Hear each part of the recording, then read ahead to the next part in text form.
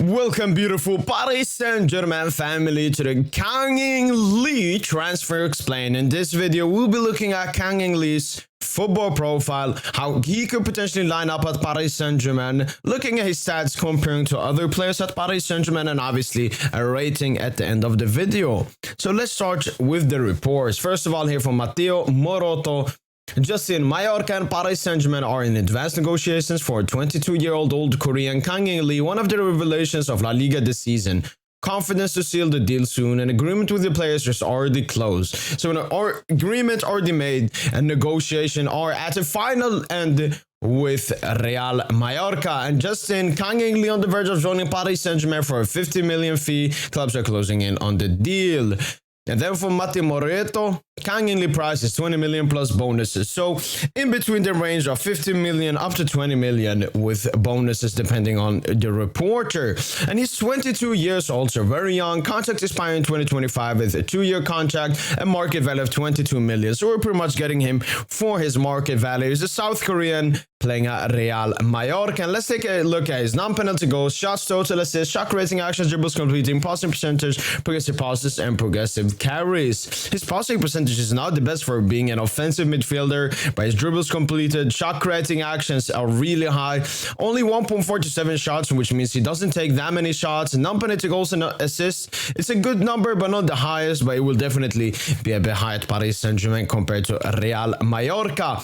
One key thing about him is his dribbling.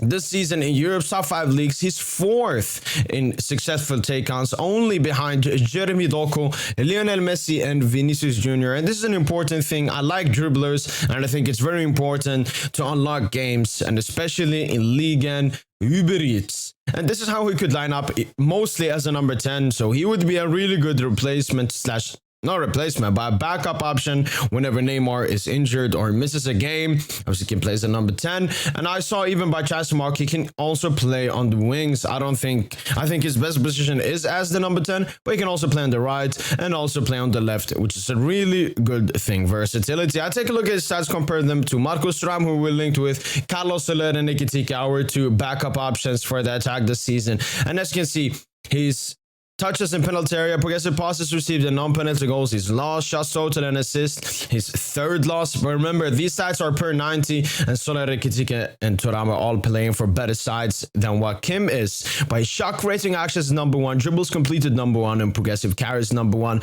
which is, I would say, it's a very similar profile to Neymar Jr. So high shot creating actions, high dribbles completed, and high progressive carries. And then I take a look and compare him to my golden boy, Xavi Simons, the guy I want back at Paris Saint Germain. I do not understand why PSG are not going for him. He's younger, he's 2 years younger than Kang-in Lee, and will be only costing 12 million, and he wants to return.